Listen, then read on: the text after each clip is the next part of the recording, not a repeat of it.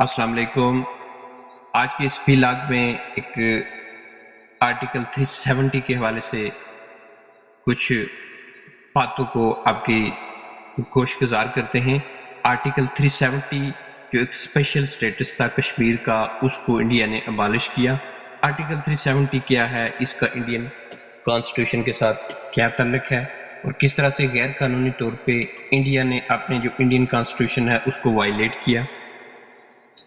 जिस वक्त 14 अगस्त को पाकिस्तान बनता है और 15 अगस्त 1947 को इंडिया माज़ वजूद में आता है, तो उसके बाद इंडिया के अंदर मुख्तलिफ स्टेट्स वगैरह मुख्तलिफ उनका क़याम आता है और उसके बाद जो कश्मीर है उसको एज अ स्टेट रिकग्नाइज नहीं किया जाता, ना कोई टेरिटरी रिकग्नाइज किया जाता है, बल्कि जो कश्मीर है उसके लिए एक स्पेशल एक कमीशन, एक टाइम फ्रेम बनाया जाता है कि जिसमें मुख्तलिफ लेजिस्लेशन की जाती हैं कश्मीर के लिए। क्योंकि कश्मीर का जो एक इशू था वो इंटरनेशनल इशू था, उसकी वजह से पाकिस्तान और इंडिया के दरमियान क्लैश थी और ऐसी सूरत और इस कन्फ्लिक्ट की वजह से जो ये प्रॉब्लम थी ये यूनाइटेड नेशन के अंदर ज़ेर गौर थी, ज़ेर बहस थी और यूनाइटेड नेशन कमीशन जो है वो इस वक्त पूरी तरह से वाच कर रहा था।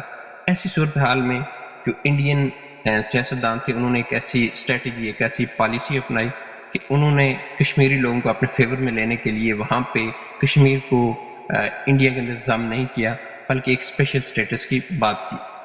सबसे पहले आर्टिकल 370 दिया गया था। 1950 के बाद फिर इन्होंने इस तरह किया कि कश्मीर के अंदर कॉन्स्टिट्यूशन असम्बली को बनाने की बात की।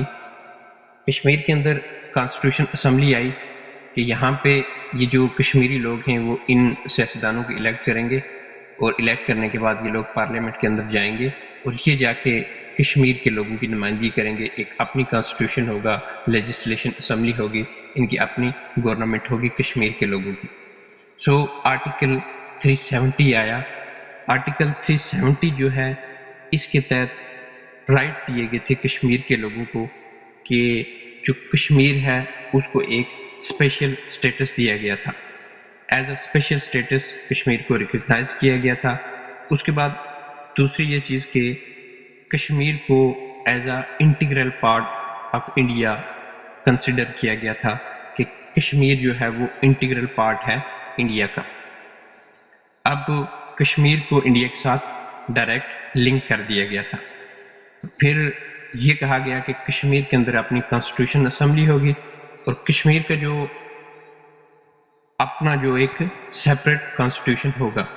अब जो इंडियन कॉन्स्टिट्यूशन होगा वो कश्मीर के ऊपर लागू नहीं होगा। कुछ जो इंटरनेशनल लॉज हैं, कुछ जो इंडिया के लॉज हैं, जिस तरह टैक्सेशन के हवाले से हैं, साइबर सिक्योरिटी के हवाले से हैं, बॉर्डर प्रोटेक्शन के हवाले से हैं, इस तरह के जो जनरल लॉज हैं वो तो इंडिया के जो भी लॉ हैं वो कश्मीर के अंदर इम्प्लीमेंट होंगे, लेकिन अदरवाइज दीगर जो बेसिक राइट्स के हवाले से हैं कश्मीरियों के, वो उस पर कोई इफ़ेक्ट नहीं होगा जो इंडियन कॉन्स्टिट्यूशन के लॉ हैं। तो इंडिया के अपना सेपरेट कॉन्स्टिट्यूशन होगा और उसके अलावा जो चौथा पॉइंट है वो ये है कि इंडिया के एक अपना सेपरेट फ्लैग होगा। इंडिया को ये राइट दिया गया कि वो अपना सेपरेट फ्लैग रखेंगे। तो कश्मीर के फ्लैग को इंडिया के फ्लैग से सेपरेट रखा गया और उनको ये राइट दिया गया कि आप अपने फ्लैग को सेलेक्ट कर सकते हैं और वो आपका एक कौमी फ्लैग होगा। 1950 के बाद लेजिस्लेशन असम्बली वहाँ पे बनती है, सारा लेजिस्लेशन प्रोसेस वहाँ पे स्टार्ट होता है। फिर उसके बाद 1952-54 के अंदर प्रेसिडेंशियल आर्डर आते हैं और आर्टिकल 370 है, इसके तहत ये कहा गया कि कश्मीर के अंदर जो भी चेंजिंग होगी, जो भी नए लॉ आएंगे, वो सबसे पहले कश्मीर की कॉन्स्टिट्यूशन असम्बली से अप्रूव होंगे और उसके बाद वो प्रेसिडेंट ऑफ इंडिया से अप्रूव होंगे। तो ये दो अथॉरिटी ऐसी हैं कि जो कश्मीर के अंदर कोई भी कानून के अंदर अमेंडमेंट करनी, कोई नई लेजिस्लेशन करनी, जो भी फैसले होंगे, जो भी डिसीजन होंगे कश्मीर के हवाले से, वो सबसे पहले कश्मीरी अवाम करेगी अपनी लेजिस्लेशन असम्बली के थ्रू اس کے بعد وہاں سے اپروو ہونے کے بعد وہ پھر پریزیڈنٹ آف انڈیا کریں گے. اس میں انڈین پرائم منسٹر کا کوئی بھی رول نہیں ہے اور نہ ہی Indian legislation assembly Lok Sabha کا اس میں کوئی رول ہے. سو 1991 کو وہاں پہ اس طرح کیا جاتا ہے کہ جو کانسٹیٹیوشن اسمبلی ہے وہ ختم کر دی جاتی ہے کشمیر کے اندر. وہاں پہ کچھ ایشو رکھے جاتے ہیں کہ یہاں پہ ڈیموکریسی کے کچھ ایشو ہیں، اس وجہ سے 1991 کو کانسٹیٹیوشن اسمبلی کو کشمیر کے اندر ختم کر دیا جاتا ہے. اب جو 1950 اور 51 سے لے کے 1957 تک کا یہ ٹائم پیریڈ ہے، یہ ایک ایسا ٹائم پیریڈ ہے کہ اس کے اندر یہ کہا گیا کہ یہ ٹیمپریری ٹائم پیریڈ ہے، اور اس ٹائم کے اندر کشمیر کی جو لیجسلیشن ہے اس حوالے سے کوئی بھی ڈیسیژن، کوئی بھی بل نیا لایا جا سکتا ہے، اور اس کے حوالے سے کوئی بھی ڈرافٹ تیار کر کے پارلیمنٹ کے اندر ڈسکشن کے لیے پیش کیا جا سکتا ہے. سو انڈیا کے اندر یہ ڈسکشن کانسٹیٹیوشن کے اندر یہ لکھا گیا کہ ان 6 سال کے جو ٹائم پیریڈ ہے یہ ایک پرماننٹ ٹائم پیریڈ ہے. جو چینجنگ ہوگی کشمیر کے لیے کوئی بھی ڈیسیژن ہوگا وہ ان 6 سالوں میں ہوگا. اس کے بعد یہ جو جتنے بھی ڈیسیژن ہیں یہ پرماننٹ ہو جائیں گے، پھر ان کو چینج نہیں کیا جا سکتا. سو 1951 سے لے کے 1957 کے دوران ایک آرٹیکل جو ایک بل پیش ہوتا ہے 35A. تو یہ ایک آرٹیکل ہے 35A.